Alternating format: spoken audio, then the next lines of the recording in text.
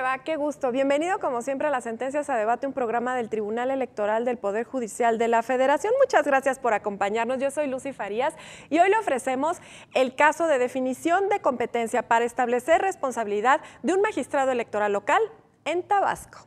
Déjeme comentarle que es a través de un juicio para la protección de los derechos político-electorales del ciudadano que el magistrado Jorge Montaño Ventura, pues impugna la respuesta de la legislatura local, la de Tabasco, respecto a un trámite de declaratoria de procedencia. Si usted quiere saber cómo resolvió la Sala Superior del Tribunal Electoral del Poder Judicial de la Federación este interesantísimo caso, un caso frontera, pues acompaña a Pedro Lara Aymalo, que hoy en el estudio estará conversando con el doctor José Roldán Chopa del CIDE y con Esteban Chapital Romo, quien es secretario de Estudio y Cuenta de la ponencia del magistrado Manuel González Oropesa. Yo soy Lucy Farías y de verdad lo invito a que se quede con nosotros en este programa.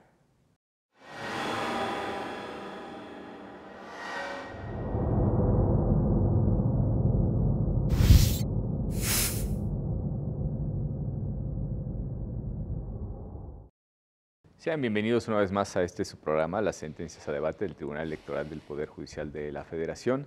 Agradecemos como siempre a Lucy Farías, quien ya adelantó la presentación de nuestros invitados. José, Esteban, gracias. Bienvenidos, muchísimas gracias por acompañarnos en este programa. Y en esta ocasión vamos a hablar sobre el juicio para la protección de los derechos político-electorales del ciudadano, número 571 de este año 2015.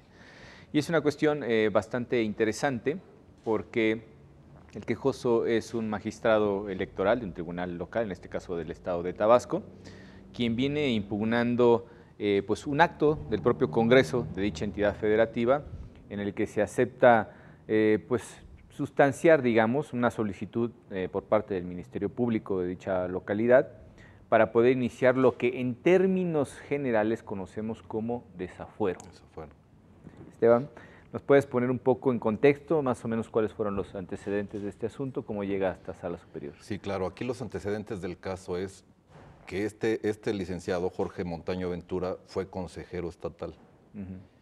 Y durante su periodo como consejero intervino en la compra de un edificio para el instituto local que no se ha podido utilizar porque tiene daños estructurales. Entonces, la fiscal especializada inicia una averiguación previa en contra de él y de otros servidores públicos para dirimir la responsabilidad, dirimir su responsabilidad penal. Nada más que posterior a que él concluye su periodo como consejero electoral, es designado por el Senado de la República magistrado del Tribunal Local. Así es. Entonces, el argumento de él es que no se le puede iniciar un juicio de procedencia por una autoridad local porque a él lo designa el Senado de la República. Ok, entonces él viene precisamente impugnando, digamos, esa determinación del Congreso local de aceptar, pues por lo menos iniciar, digamos, ese procedimiento, el juicio de procedencia, como realmente se denomina, y pues en todo caso para proceder penalmente en caso de que existan esas responsabilidades, ¿no? José, estamos en un tema pues que atañe al final de cuentas a prácticamente la vida diaria de este país, por un lado, y por el otro pues tenemos la protección de ciertos derechos, como es el caso de la inamovilidad de los jueces, que es una cuestión fundamental de cualquier estado que se precie de ser democrático. ¿Cuál fue tu primera impresión, la lectura de esta sentencia? Bueno, me pareció en particular una sentencia relevante e interesante, y que tiene que ver con el nuevo contexto institucional derivado de la reforma constitucional que modifica una serie de disposiciones que federalizan lo local. Entonces, con las nuevas atribuciones del Instituto Nacional Electoral, con el reforzamiento de atribuciones del Tribunal Electoral, lo que tenemos es un mayor grado de intervención de los entes federales en las decisiones locales. Una de estas tiene que ver con la designación de los magistrados de los tribunales electorales locales. Y bueno, el caso plantea el problema de si ahora el Senado es el que designa a los magistrados locales. Entonces el argumento del magistrado Montaño es el Senado también debe tomar la decisión de declarar la procedencia, es decir, de desaforarla para poder ser sometido a proceso penal. Así es. Aquí hay una cuestión de competencias cruzadas, podríamos decir, ¿no? Sí, hay un problema de definición de competencias. Así es, así es. Y digo, en el ámbito federal creo que precisamente la tendencia, sobre todo, ya ni siquiera hablamos de federalización, sino de nacionalización, ¿no? Las nuevas leyes generales, la competencia de, pues de órganos del Estado que tienen precisamente una jerarquía federal, hace más complicado el análisis de estas cuestiones. Y creo que por intuición, al final de cuentas, jurídica, en este caso el quejoso, magistrado, pues no está tan difícil entender las cosas desde ese punto de vista, ¿no? Parece que tendemos a separar lo local de lo federal de manera tajante, cuando al final de cuentas pues estamos en una federación y esa mezcla entre las cuestiones de competencias o atribuciones, tanto del nivel federal como del nivel local, pues tiene que estar en constante diálogo. Y por qué no decir en constante intercambio, al final de cuentas, de los papeles relevantes que cada uno de esos niveles de gobierno pues pueden tener y la repercusión que ellos tengan en la vida pues de los ciudadanos en general.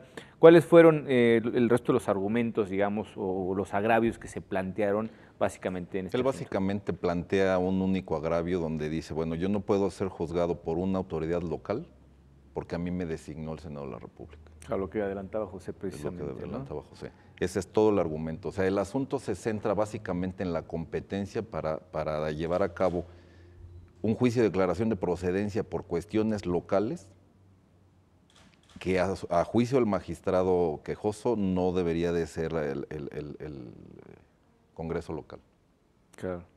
Y bueno, y en este caso pues entendemos que esa inamovilidad que deben de tener los jueces pues es para preservar precisamente la impartición de justicia y hacerlo de manera imparcial, equitativa, hacer funcional esto, porque no podemos estar, digamos, dentro de un esquema en el que los juzgadores pueden ser removidos de manera libre y discrecional, de tal forma que incluso se puedan tomar represalias en contra de ellos, materializadas en la remoción de sus respectivos cargos, por las decisiones que hayan tomado, ¿no? Creo que al final de cuentas cualquier impartidor de justicia se encuentra siempre en esa dicotomía en el que pues, a una parte le gusta su decisión y a otra parte no le gusta.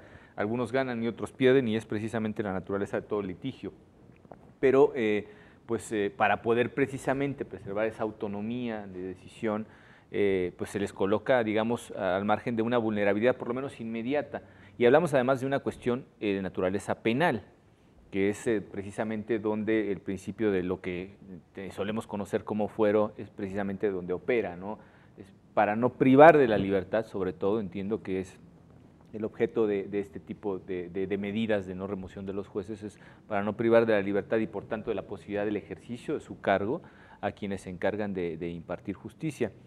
Y en este caso, bueno, pues se le da vista al Congreso y el Congreso acepta simplemente, entiendo yo, por una lectura pues, de la sentencia, acepta iniciar en todo caso ese procedimiento que tendrá que cumplir con una serie de requisitos, ¿no? Sí. ¿Cómo se lleva a cabo ese procedimiento en este caso en el Congreso del Estado de Tabasco? Bueno, lo que pasa es que el juicio de procedencia lo único que hacen es la Cámara de Diputados, bueno, tratándose del Congreso en asuntos federales, pero el Congreso local lo que hace es, se constituye en una Cámara de procedencia, le llaman, analiza de alguna manera la averiguación previa, sin prejuzgar sobre la culpabilidad del sujeto a juicio de procedencia, y ellos determinan en un momento dado si sí es sujeto de que se le retire el fuero, y esa decisión la pasan, en el caso de Tabasco, al Tribunal Superior de Justicia, que es el que califica si sí procede o no, lo que haría el Senado de la República tratando de asuntos federales.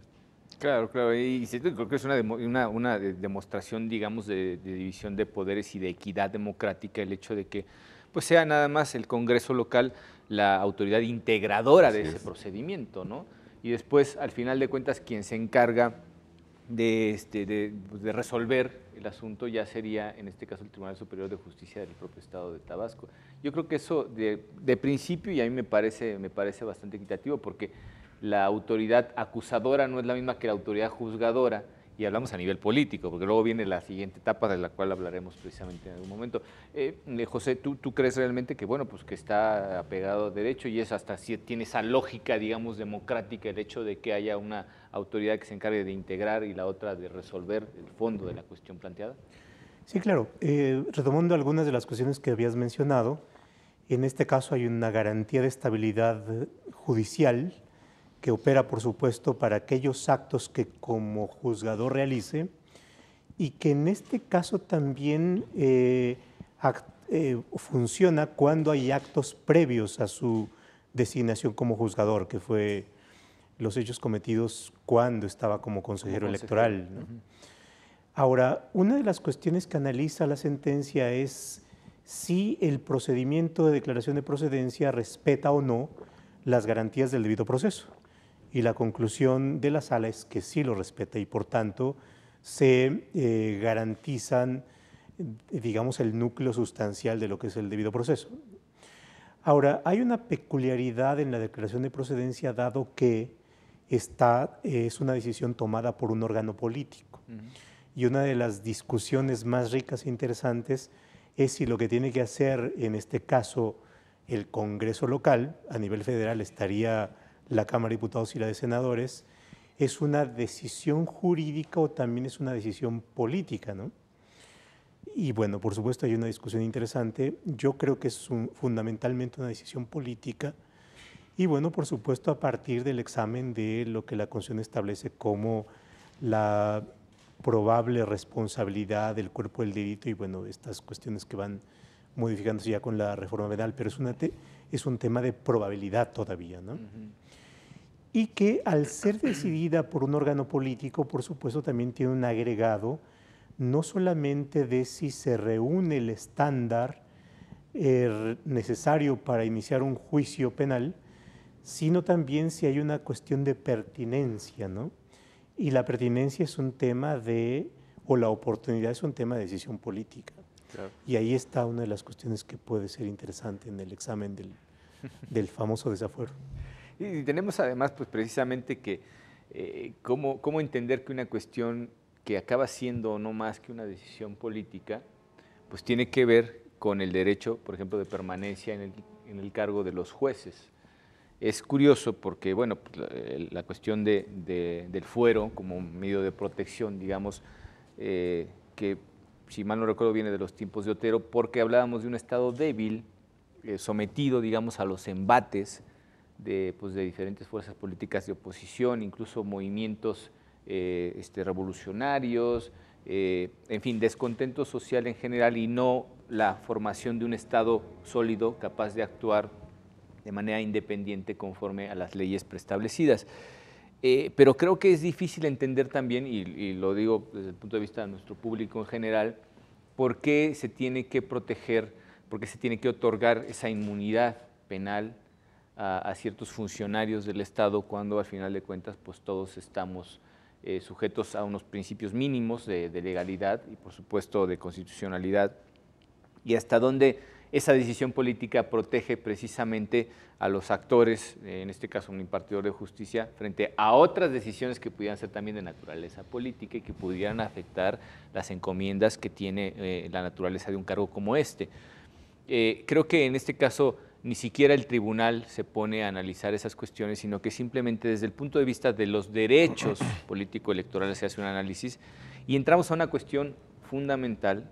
Creo que incluso además fue objeto de discusión muy importante durante la sesión del pleno de este tribunal en el que se resolvió este asunto, en el que se votó y en el que al final de cuentas el proyecto acabó siendo una sentencia en firme, en el que hubo una discrepancia de dos magistrados que formularon voto particular, pero que tenía que ver también con la cuestión de cómo se planteaba realmente, si era una cuestión del análisis de un procedimiento penal iniciado al margen de cuestiones de naturaleza electoral, o si efectivamente había en juego una serie de elementos que pudieran implicar vulneración a derechos político-electorales, ¿no?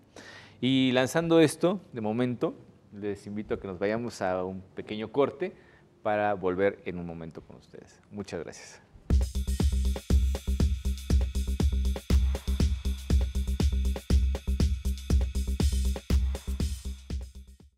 La democracia es cuestión de todos los días y de todos los ciudadanos, de grandes y pequeñas decisiones. En el Tribunal Electoral trabajamos para que tu voz sea respetada. Resolvemos a favor de la igualdad política entre mujeres y hombres. Defendemos las decisiones que toman con autonomía los pueblos y comunidades indígenas. Nuestras sentencias garantizan el respeto a tus derechos político-electorales, consolidan nuestra democracia. Tribunal Electoral del Poder Judicial de la Federación. Tú tomas la decisión. Nosotros la protegemos. Este año, elegiremos diputados federales y autoridades en 17 entidades federativas. Las y los mexicanos podemos tener la certeza de que contamos con instituciones fuertes. Muestra de ello es el reconocimiento que recibió el Tribunal Electoral como la mejor institución electoral del año, entre órganos de todo el mundo. Lo que ratifica nuestro trabajo de cara al proceso electoral 2015. Tribunal Electoral del Poder Judicial de la Federación. Tú tomas la decisión, nosotros la protegemos.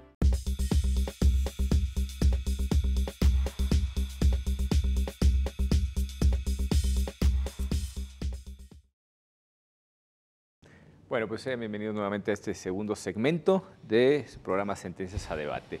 Y planteábamos justamente antes de nuestro corte una cuestión fundamental, que era hasta dónde realmente, pues, en el ámbito, digamos, de competencias de este tribunal, podríamos ver que hay afectados ciertos derechos que justificaran el hecho de que entráramos a conocer de dicho asunto. Y muchos pensarían, bueno, pues que al tratarse de una cuestión meramente penal y que se está pues desahogando, en este caso en el Congreso Local del Estado de Tabasco, pues no debería de haber ninguna afectación.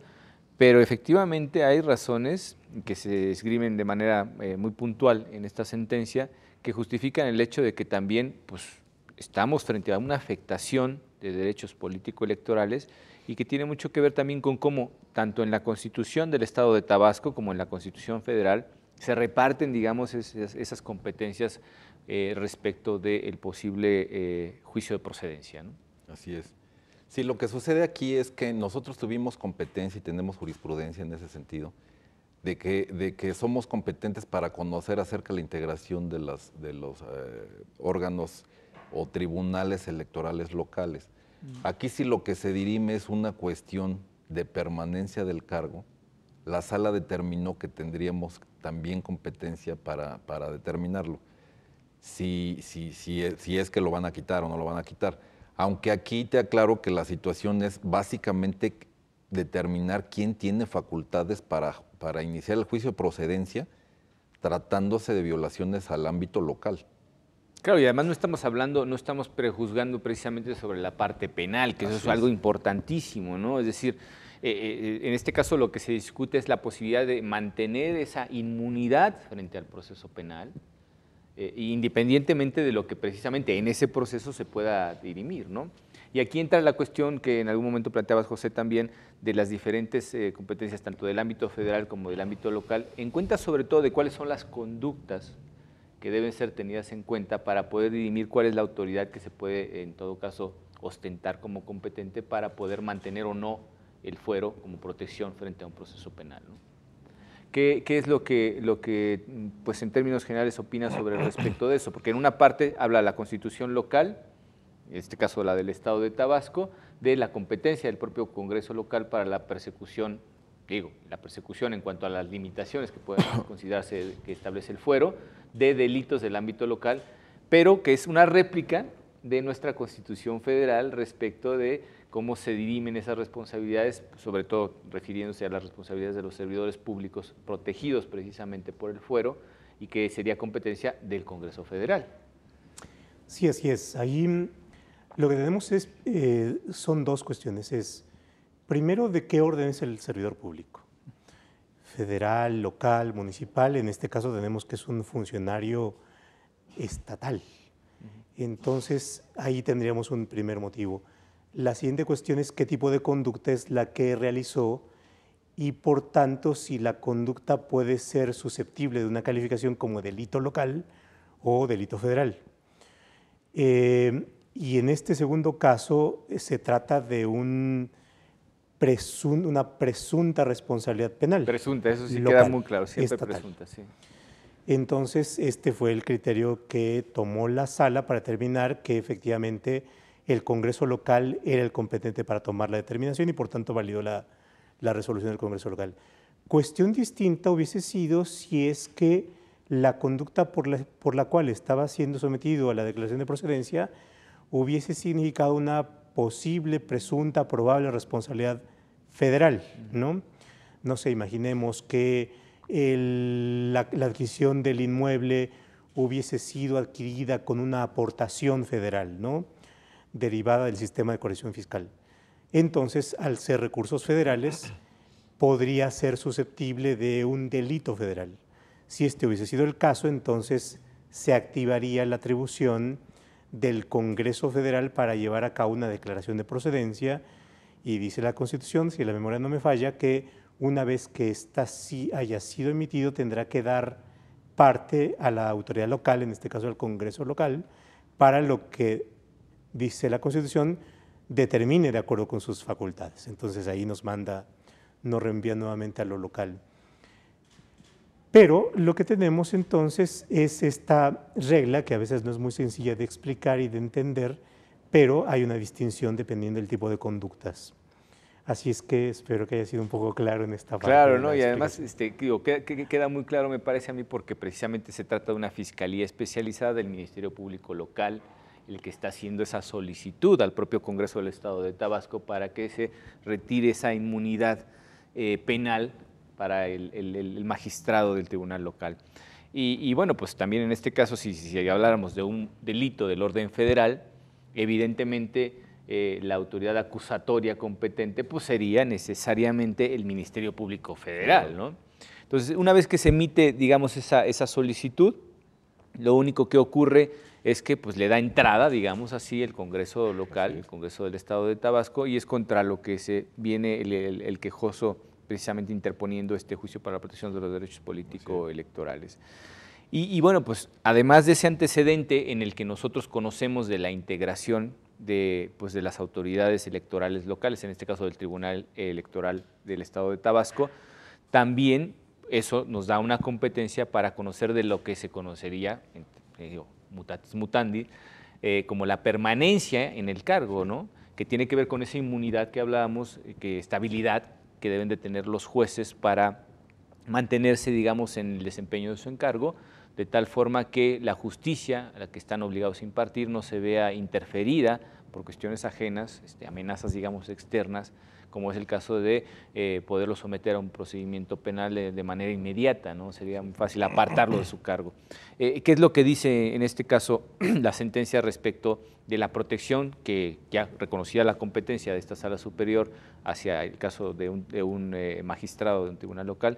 ¿Qué es lo que dice respecto precisamente de esa protección que se le debe brindar para la permanencia en el cargo, aun cuando finalmente pues, la decisión vaya por otro lado? Mira, la sentencia no aborda mucho eso. Lo único que hablamos es de competencia para verificar si se tiene, si se puede llevar a cabo el análisis de la permanencia en el cargo del magistrado.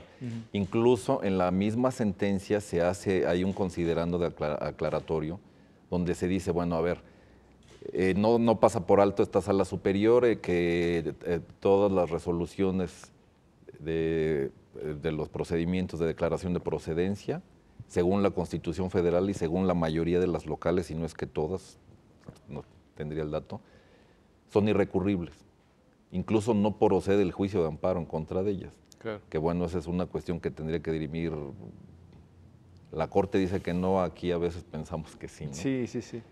Pero en ese considerando aclaratorio se dice, por lo tanto, o sea, no vamos a entrar a verificar si sí lo pueden quitar o no lo pueden quitar. O sea, eso es una situación que al margen de que resulte cierta, lo que necesitamos hacer es ver quién tiene la competencia para juzgarlo en una cuestión local. ¿Por qué? El razonamiento de los magistrados es que finalmente no se puede, o sea, caeríamos en la impunidad. Pero bueno, todo lo que ya hizo del orden local, o sea, ya nadie lo puede juzgar. Claro, y una vez que están ellos, que ya, digamos, por competencia amparamos nombramientos, ya los abandonamos a su suerte, ¿no? Claro, sí. Claro, es un razonamiento muy lógico. Entonces, no abordamos mucho el tema de por qué sí es la permanencia del cargo aquí, decía el doctor muy sabiamente, y creo yo lo entiendo así, es una cuestión híbrida, que son autoridades locales nombradas por el Senado, pero que por lo mismo no se les puede dejar bueno, a ver, ahora los dejamos que los juzgue quien sea, ¿sí? Pero tampoco podríamos permitir que, bueno, lo que ya hicieron y ya ustedes son inmunes porque los nombró el Senado, ¿no? O sea, eso es lo complejo de esta sentencia, es muy discutible lo que se plantea. Claro, no, y lo que efectivamente decía el doctor Roldán Chopa es eso, ¿no? Nos encontramos a caballo entre una cuestión meramente política y una cuestión que debía ser de naturaleza totalmente jurisdiccional y además con la irrevocabilidad de la que hablamos, en este caso de la decisión de retirar la protección de esa inmunidad que digamos que tienen ciertos funcionarios. También nos encontraríamos como en un escenario, digamos, que no tendría marcha atrás, por decirlo así. Afortunadamente, pues hablamos nada más de la propia procedencia de un proceso penal y no del resultado último de ese proceso penal que pues incluso pues hablamos de privación de la libertad, en este caso de tratarse de un delito que consideramos como grave, que sea dentro del ámbito local. ¿Hasta dónde realmente deberíamos delimitar la discrecionalidad política respecto de este tipo de decisiones, sujetándolas por lo menos a los principios jurisdiccionales más básicos, ¿no? El derecho al debido proceso, las garantías que deberían de tener, o simplemente consideramos que esa parte precede a lo que realmente es un procedimiento de naturaleza jurisdiccional, como sería el inicio de una causa penal en contra de, en este caso, de este magistrado local. ¿Hasta dónde podríamos realmente limitar eso? ¿Es parte, digamos, de la mecánica del propio poder político en este país?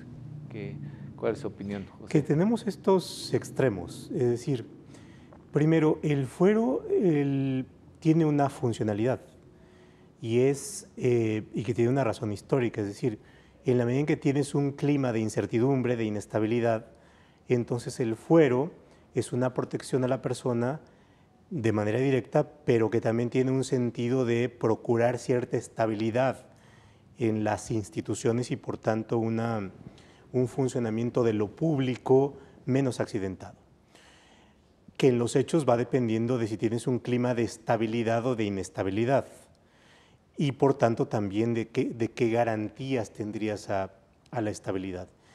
Y por otra parte, la rendición de cuentas, es decir, si tú incrementas demasiado la protección al funcionario, tienes el riesgo de impunidad.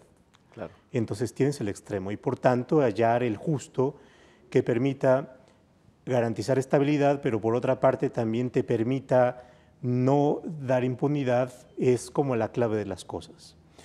Ahora, lo que tienes aquí son varias cuestiones que pueden ayudar a esto. Cuando se dio los juicios del 68 y la fiscalía, esto de los delitos del pasado, y se hizo la acusación contra el expresidente Echeverría, una de las cuestiones que fue interesante en la determinación de la Corte es que el hecho de que haya, por una parte, pasado mucho tiempo desde que se cometieron los delitos, pero por otra parte que los servidores públicos hayan tenido cierta permanencia en cargos públicos, lo que hacía es que los plazos comenzaban a correr de prescripción de los delitos, es decir, para que ya no se pudiera sancionar o investigar o perseguir a un presunto criminal, comenzaban a correr a partir del momento en que cesaran los cargos públicos y por tanto cesara la protección del fuero. Entonces, y no a partir de la comisión de los hechos. No a partir de la comisión de los hechos, lo cual me parece una buena decisión, ¿no? Bueno, yo creo que la decisión en este caso sería la no prescripción de ese tipo de delitos, ¿no? Como en el ámbito interamericano así se maneja. De los crímenes de lesa humanidad, las convenciones establecen la imprescriptibilidad de los delitos. Así es.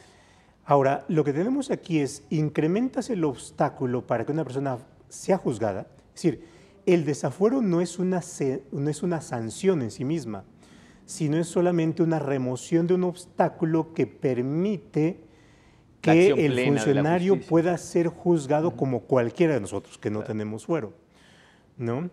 Entonces, ese es el efecto técnico del desafuero de la declaración de procedencia, como se le dice más claramente, y que no necesariamente está asociado a la pérdida del cese o la suspensión en el cargo.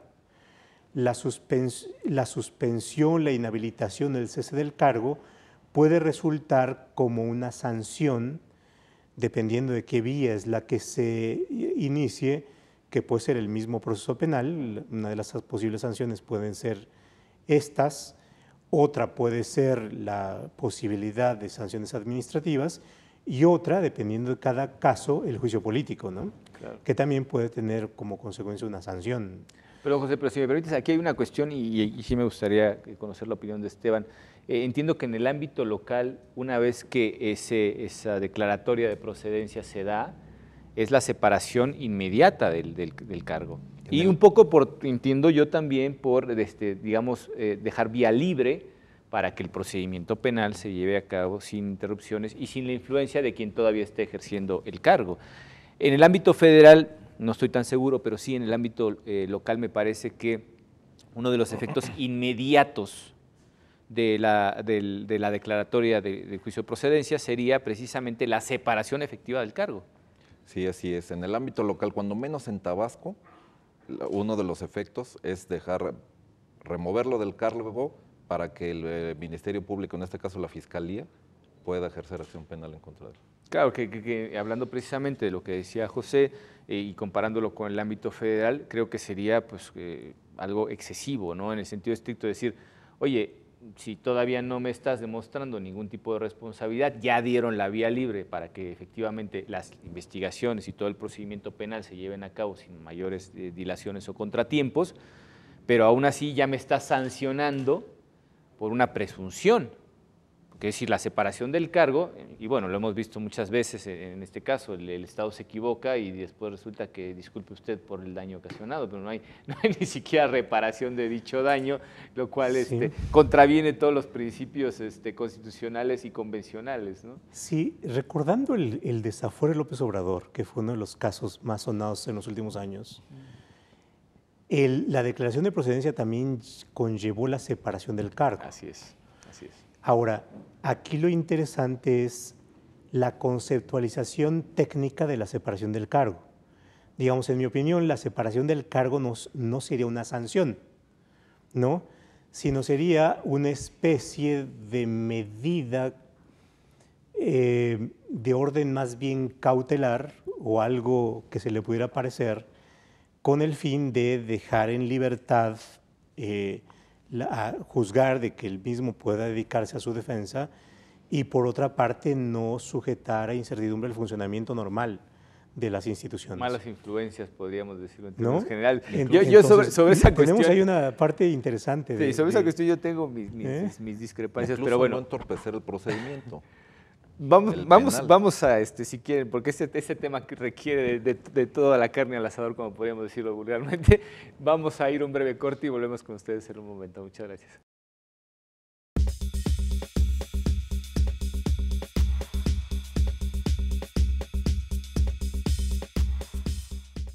En el Tribunal Electoral protegemos los derechos político-electorales de las y los mexicanos. En los últimos 3 años atendimos más de 60,000 asuntos, 8 de cada 10 interpuestos por ciudadanos, y en este año resueltos en apenas 11 días. Trabajamos por la igualdad entre mujeres y hombres y por la autonomía de los pueblos y comunidades indígenas. Somos referencia para tribunales locales y extranjeros. Tribunal Electoral del Poder Judicial de la Federación. Tú tomas la decisión, nosotros la protegemos.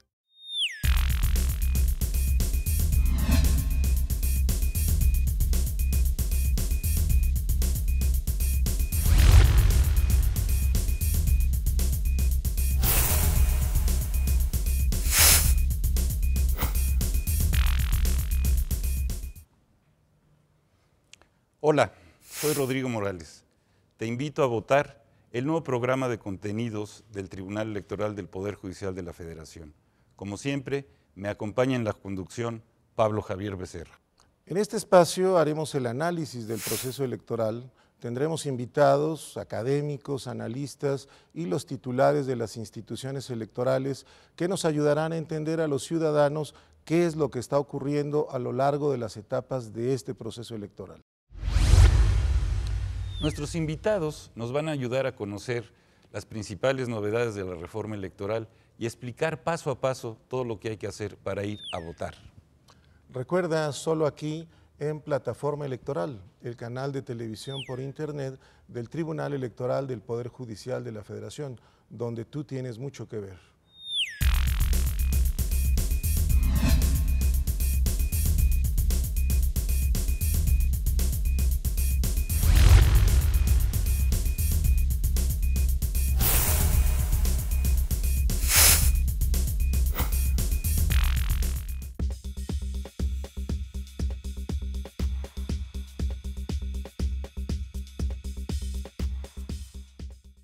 Bueno, pues estamos nuevamente con ustedes en este siguiente segmento y bueno, la cuestión se planteaba más que interesante justo antes de nuestro corte y decíamos, bueno, básicamente se trata en este caso de la separación inmediata del cargo por la procedencia, digamos, de ese desafuero, de una cuestión meramente precautoria, o ya estamos ante la afectación de derechos, José.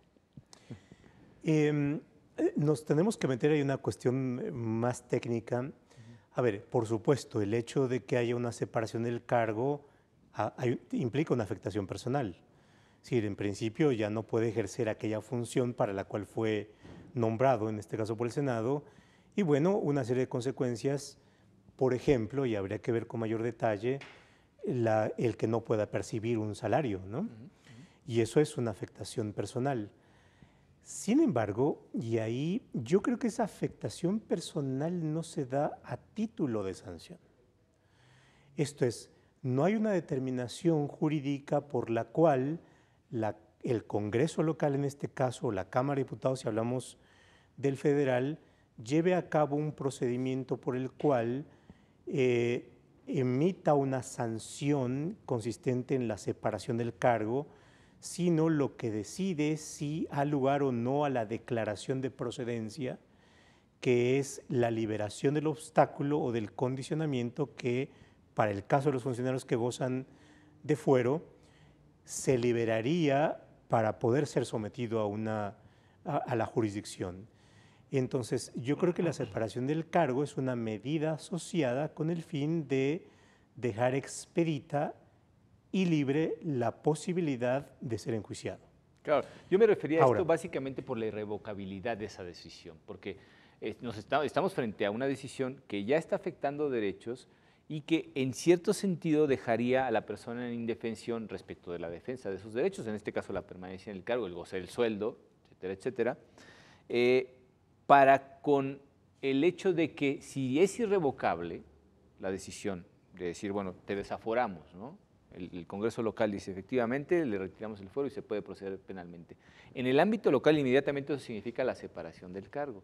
Si la decisión, en este caso política, efectivamente, que es el hecho de la declaratoria de procedencia, es irrevocable, ¿cómo se defiende frente a la separación de su cargo precisamente alguien como este magistrado local?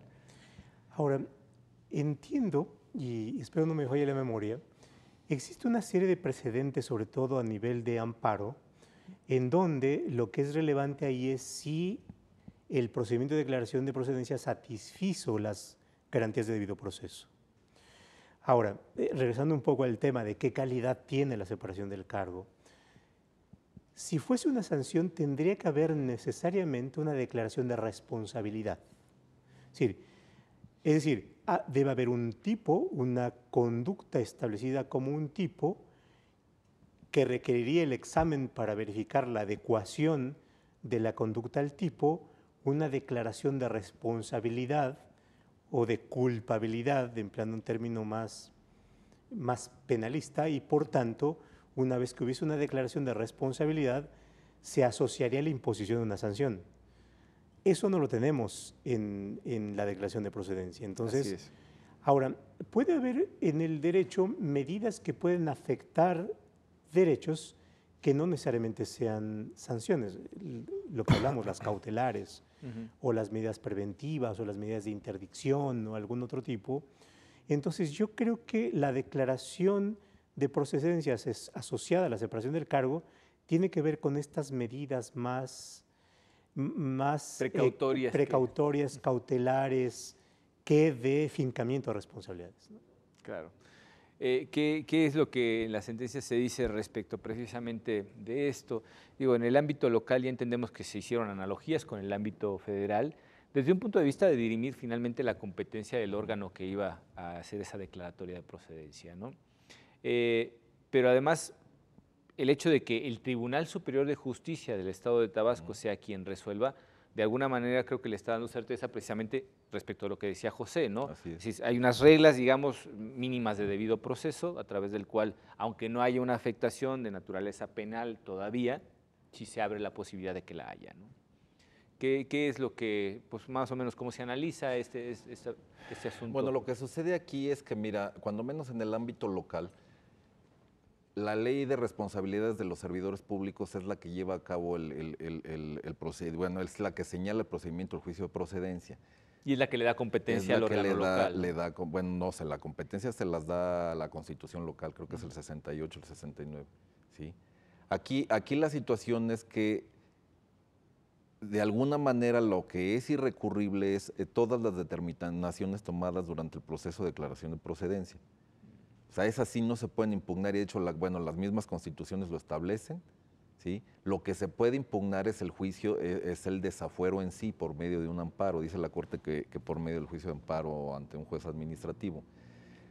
Lo que se determina aquí es que no le entramos nosotros a la cuestión del procedimiento de declaración de procedencia porque estaríamos abriendo la puerta que se impugnara cada acto.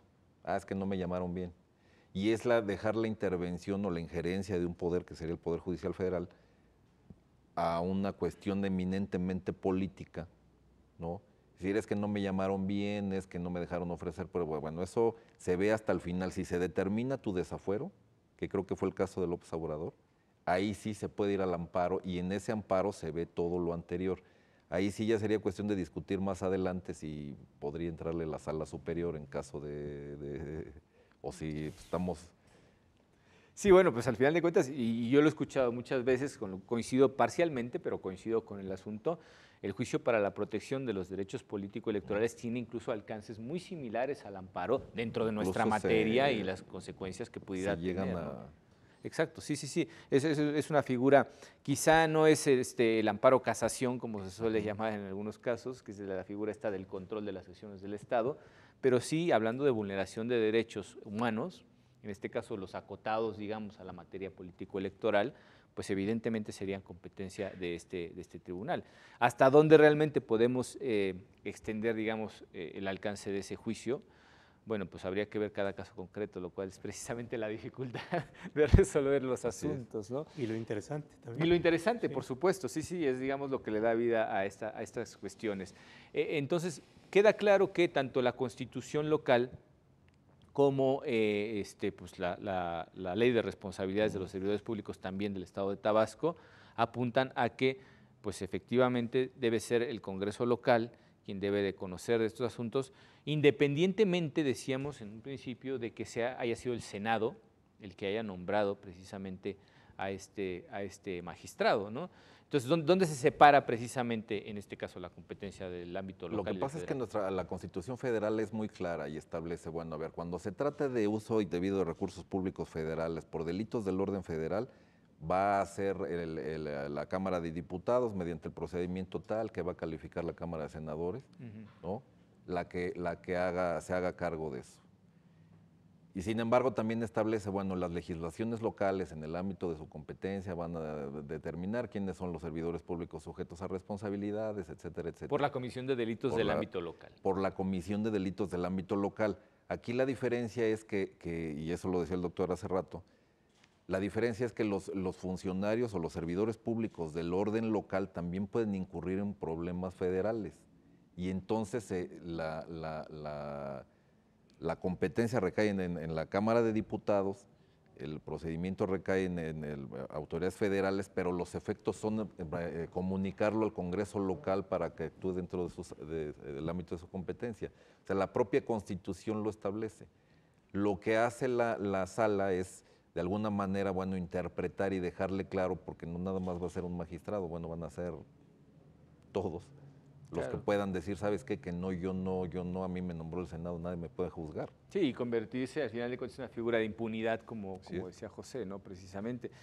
Las cuestiones al final de cuentas, creo que del ámbito local y federal, tienen pues distinciones bastante claras y además afectan a bienes jurídicos tutelados de naturaleza similar, pero no idéntica.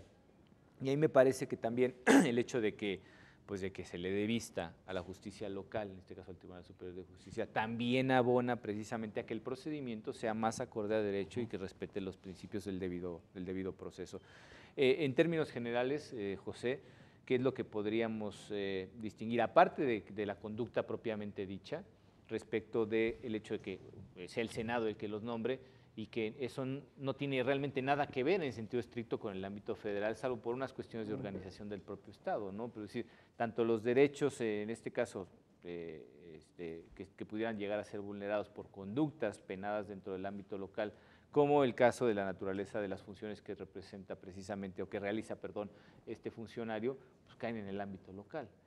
Podríamos decir que la intervención en el nombramiento de estos magistrados pues realmente no tiene nada que ver con el ámbito local, más que pues, por el hecho mismo de que es el Senado, es decir, a nivel federal quien los nombra, pero todo lo demás se realiza, desde mi punto de vista, creo yo, no sé si coincides tú, en el ámbito local.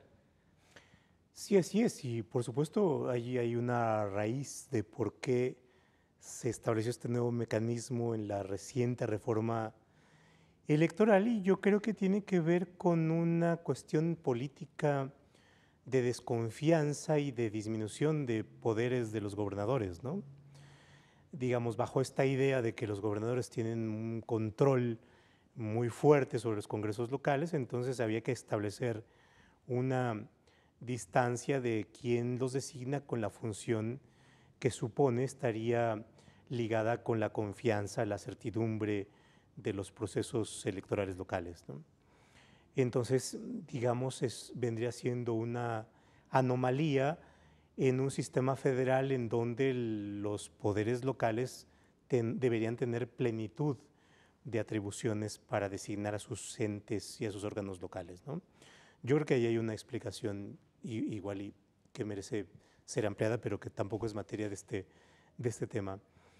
Y bueno, luego, sí, por supuesto… sí lo es en cierto sentido, ¿no? En cierto sentido, en cierto sentido. Y tan es así que ya el Tribunal Electoral tuvo que intervenir. Pero por otra parte, lo que tenemos es que con esto se reafianza la atribución de que aquello que tenga que ver con la responsabilidad de servidores públicos, incluyendo los electorales, está relacionado con la legislación local, y esta es soberana para decidir sus propias conductas y por tanto también para decidir sobre aquello que concierne a su propio régimen local de atribuciones de servidores públicos. Claro. La justificación al final de cuentas, digamos, aquello que tendría que ver con la materia electoral, ¿cómo se plantea? Porque bueno, tenemos esa jurisprudencia que ya nos hace competentes respecto de la permanencia en el cargo, pero también pues, tenemos una serie de derechos implicados, que es en el caso la impartición de justicia electoral a nivel local. Eso también podríamos considerarlo como parte, digamos, de los deberes de protección de este tribunal a nivel federal.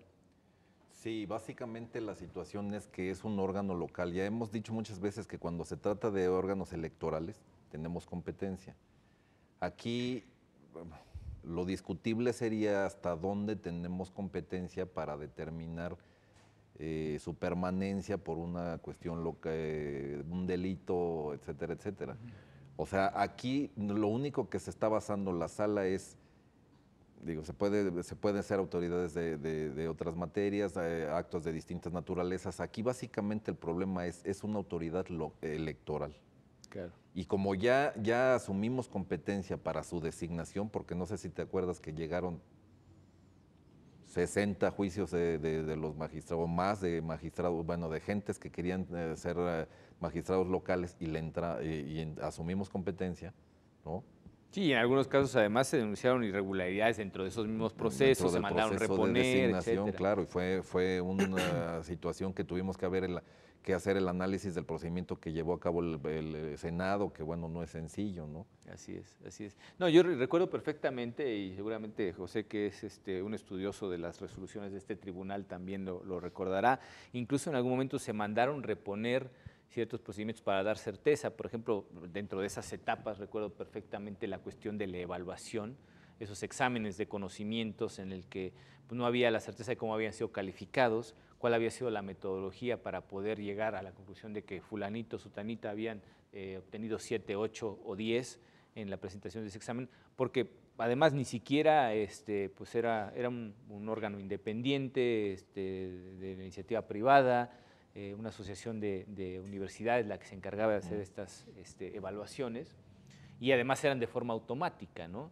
Con lo cual pues como argumentaron y como bien reconocieron las sentencias que en su momento se emitieron por este órgano jurisdiccional respecto de ello, no había toda la certeza necesaria como para poder evaluar la objetividad en el proceso de selección, por lo menos en cuenta de esa etapa, ¿no?, que era la evaluación de conocimientos, porque no había tampoco claridad de cómo iban a ser evaluados, ¿no?, cuáles eran los aspectos. Y pues estos exámenes de respuesta múltiple, que se mete la hojita con los puntitos sombreados y reprobaste o no. Y todas esas cuestiones el tribunal estuvo muy pendiente de vigilar precisamente que hubiera certeza en cuanto a los procedimientos de selección y que fueran pues, lo más apegados a la legalidad y a la constitucionalidad, ¿no?